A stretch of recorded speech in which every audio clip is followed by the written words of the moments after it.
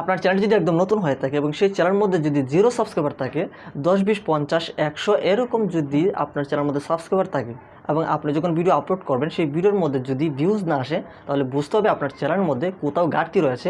এমনকি আপনার চ্যানেলের সেই ভিডিওগুলিতে কোনো ধরনের সমস্যা রয়েছে, যেই কারণে আপনার ভিডিওর মধ্যে তুলনামূলক ভিউজ আসছে না।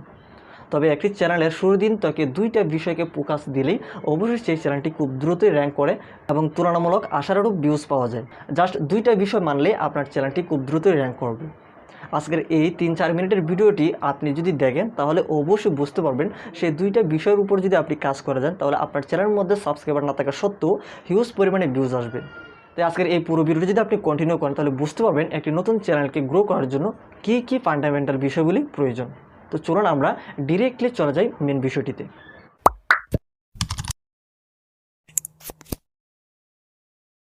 একটা চ্যানেলে যখন ভিডিও আপলোড হয় তখন সেই ভিডিওটিকে র্যাঙ্ক করার পেছনে বেশ কিছু কারণ রয়েছে। তার মধ্যে প্রথমেই যে কারণটি রয়েছে, নির্দিষ্ট সময়ের ভিতরে অর্থাৎ ভিডিওটি যে সময় আপলোড হবে সেই নির্দিষ্ট সময়ের কয়েক ঘন্টার মধ্যে ইনিশিয়াল ব্যাকআপের প্রয়োজন হয়।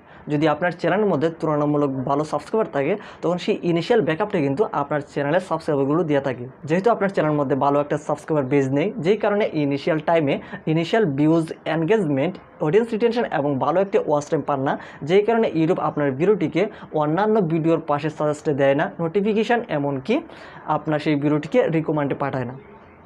তাই অবশ্যই ভিডিও পাবলিশ করার কয়েক ঘন্টার মধ্যে আপনার ভিডিওর মধ্যে ইনিশিয়াল ভিউজ থাকতে হবে, তাহলে অবশ্যই আপনার ভিডিওটি র্যাঙ্ক করবে। আর সেই জন্য আপনাকে চ্যানেলের শুরুর দিন থেকে জাস্ট 2টা বিষয়ের উপর ফোকাস দিতে হবে। নাম্বার 1, আপনাকে সার্চেবল কন্টেন্ট তৈরি করতে হবে।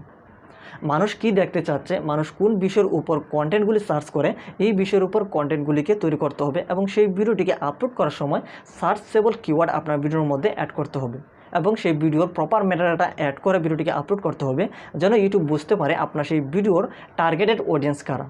তখন কোনো দর্শক বন্ধুরা যখন আপনার এই কিওয়ার্ড দিয়ে সার্চ করবে তখন আপনার ভিডিওটিকে ইউটিউবের প্রথম পেজে প্রথমেই শো করা হবে। আর হ্যাঁ, আরেকটি বিষয় অ্যাড করতে হবে, সেটা হচ্ছে অ্যাট্রাকটিভ ক্লিকেবল থাম্বনেল আপনার ভিডিওটিকে আপলোড করার সময় অ্যাড করতে হবে, যেন কোনো দর্শক বন্ধুরা আপনার ভিডিওটির থাম্বনেলটি দেখে ক্লিক করতে আগ্রহী হয়। আপনার সেই ভিডিওটিতে হিউজ পরিমাণে ভিউজ আসবে আপনার চ্যানেলের মধ্যে সাবস্ক্রাইবার বেজ না থাকা সত্ত্বেও।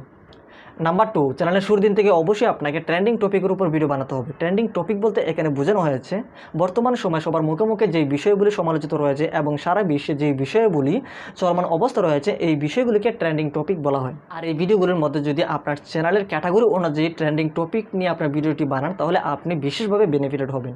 আর এই ট্রেন্ডিং কন্টেন্টগুলো বর্তমান সময়ে বেশি চলে এবং ইনিশিয়াল ভিউজ পেতে অনেকটাই সক্ষম হয়, যে কারণে একটি ইউটিউব চ্যানেল খুব দ্রুতই র্যাঙ্ক করে এই দুটি বিষয়ের কারণে। আর তাই একটি নতুন ইউটিউব চ্যানেলকে খুব দ্রুত র্যাঙ্ক করতে চাইলে অবশ্যই আপনাকে সেই চ্যানেলের শুরুর দিন থেকে আপনাকে সার্চেবল কন্টেন্টকে তৈরি করে যেতে হবে এবং দ্বিতীয়ত ট্রেন্ডিং টপিকের উপর ভিডিও বানাতে হবে এবং সেই ভিডিওগুলি অবশ্যই নির্দিষ্ট একটি কনসিস্টেন্সি মেনটেন করে সেই চ্যানেলটিকে রান করতে হবে।